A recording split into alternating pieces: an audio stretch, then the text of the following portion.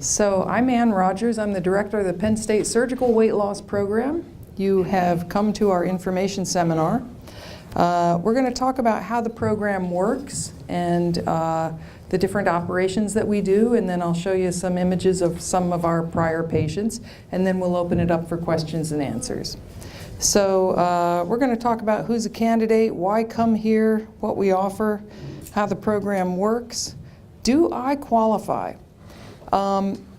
Bariatric surgery is offered to patients at a certain body mass index, and the way you calculate body mass index is using a combination of height and weight. And if you fall into the red zone, you qualify for weight loss surgery. So you notice it's a big part of the square. It's a lot of people who qualify. If you have any concerns about where you are, you can come up and we can plug it into a BMI calculator and find out exactly where you are. Why come here? We are a nationally accredited bariatric center. It's very difficult to achieve this accreditation and to keep it. Not all programs in Central PA have this accreditation, so we're very proud of it. It took a lot of work, and it means that our complication rate is very low compared to national averages. We do not outsource. Everything that happens in this program is contained within this program. You go to our dietitians. You don't go to general nutritionists. We have our own psychologist and our own exercise physiologist, so everything is contained within our program. We offer the typical kinds of surgery that are offered at most programs. Everybody's heard of the gastric bypass. Sleeve gastrectomy is now most of what we do. This is the most common operation for weight in the world. And I also perform the duodenal switch procedure, which is not offered at most programs. The duodenal switch accounts for about 4% of all bariatric operations. But it's something that we're capable of doing here for patients who need it. Everything that we do can be done laparoscopically, meaning through small incisions. If you want a great big long incision, I guess we could do it. You'd have to talk me into it. I can't think of many reasons why you would want to do that. Some of my partners do their laparoscopic operations with the assistance of a robot. I choose not to use the robot for reasons, but some of my partners like to use it. So we have it. The first thing I'll talk about is the gastric bypass, since everybody's heard of it. And we have a little movie here that shows how this operation works. So there's your stomach, and the first thing that happens is we make a little pouch here that's separated from the whole rest of the stomach. And then we hook up some intestines to the pouch so that the blue food that you eat takes a detour. It's not going through the big part of the stomach anymore, and that's why this is called a bypass. And it is that detour that accounts for why this operation works. This is the sleeve gastrectomy. As I said, it's the most common operation for weight. And in this operation, we make a narrow tube out of the stomach, and the great big outer stretchy part of the stomach is completely removed from the body. There is no rearrangement of the intestines.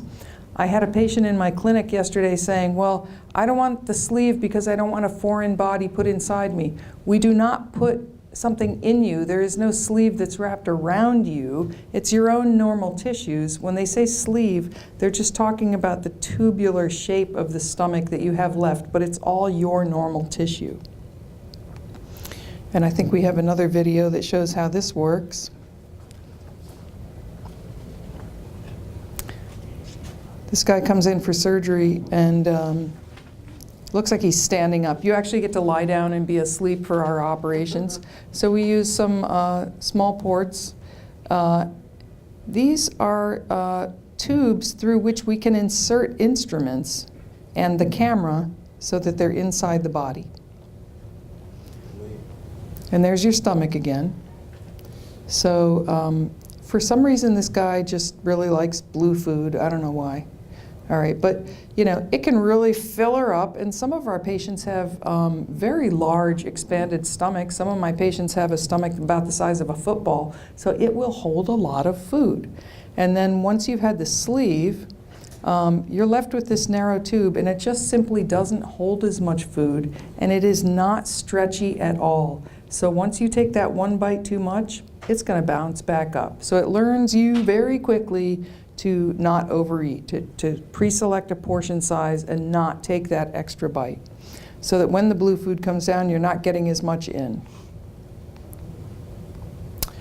What's great about the bypass and the sleeve, along with weight loss, is the fact that frequently you see improvement of the medical problems that go along with weight. And a lot of our patients are more concerned about getting rid of their diabetes or their sleep apnea than they are about losing enough weight to look like Twiggy. So these operations are great at helping you improve or eliminate certain medical problems. On average, with these operations, you can expect to lose approximately 1/3 of your weight. And some people lose more, some people lose less. It depends on a lot of factors. When we do these operations, most people come in on the morning of surgery, have their operation, stay through the night, start drinking liquids and protein shakes the next day, and usually are able to go home by the afternoon of the day after surgery. I recommend for patients who are doing desk jobs, computer work, things like that, to take about 3 weeks off after surgery. If you're doing something that's very physical, like operating a jackhammer or moving patients as a nurse, you might want to take 6 weeks. So we sort that out with our patients when we're filling out their FMLA paperwork. So the way our program works is driven by insurance. So most insurances in central Pennsylvania require that you attend a 6-month multidisciplinary program of education. Some insurances only require 3 months. We make it so that you get the exact same information no matter what kind of insurance you have. If you have a 6-month insurance, you're essentially going to come once a month for 6 visits. If you have a 3-monther, you'll come twice a month so that you get the same exact information. And the main point of the program is for you to learn the skills of how to be a successful bariatric patient. This is not general nutritional education. It's education to make it safe for you to be a bariatric patient while you're losing weight. So we do like patients to lose weight while they're in the program. If you're gaining weight in the program, we feel guilty. We don't want this to be the Penn State Surgical Weight Gain Program. And in fact, some insurances require that you lose a certain amount of weight. Many of them require that you be below your starting weight, so that's only a pound. There have been some insurances in the past that required a 5% weight loss, whatever. Dawn is our insurance guru, and she will let you know what exactly your particular insurance requires.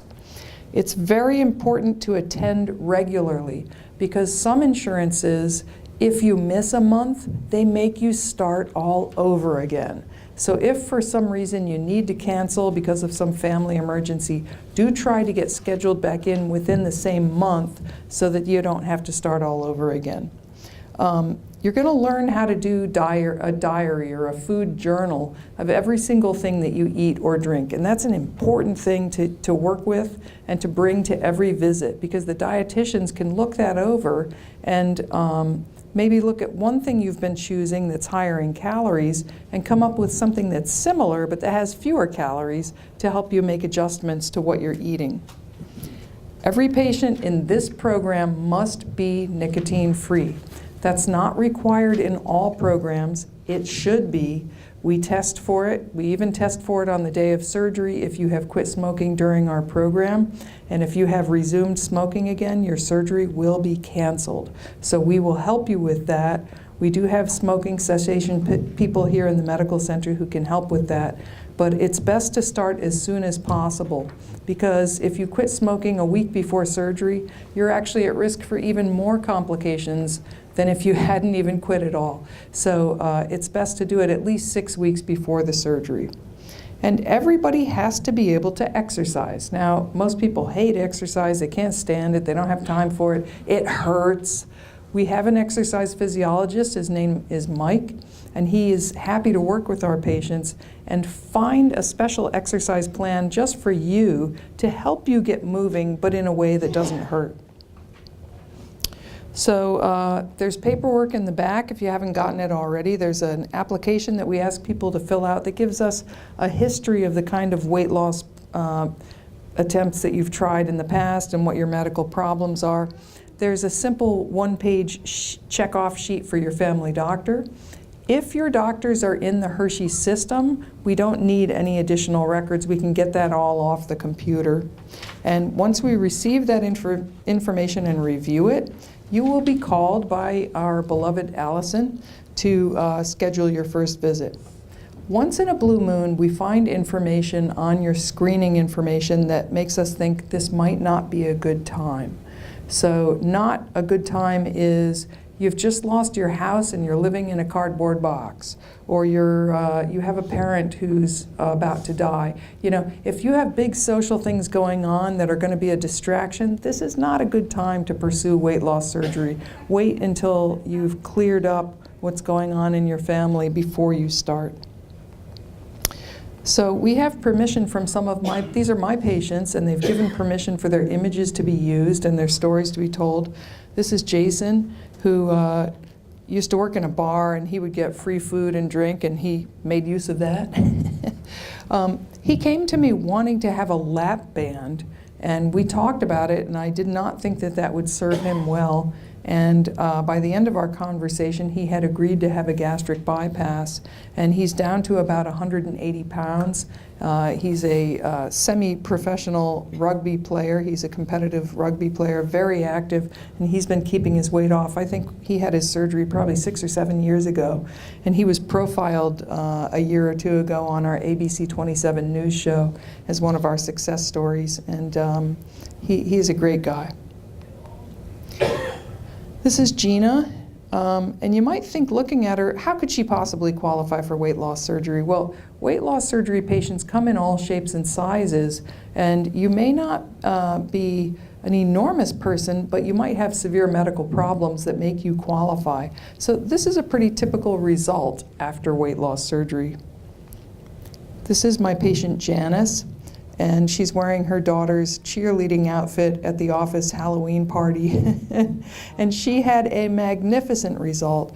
And what's most amazing about her, she did have a lot of excess skin, but she did not end up needing plastic surgery. She was young enough and resilient enough that she was able to snap back. And this is not through plastic surgery. She snapped back. You may be curious about body contouring and plastic surgery, and we can talk about that afterwards. This is Lisa, and she hated having her picture taken when she was heavy, but she had this picture taken the day she was coming in for surgery. And she's sad. You can't see it very well, but she's sad, and here she is happy. So this just brings to mind the fact that there are major quality of life improvements that usually go along with surgical weight loss, and she's living the dream.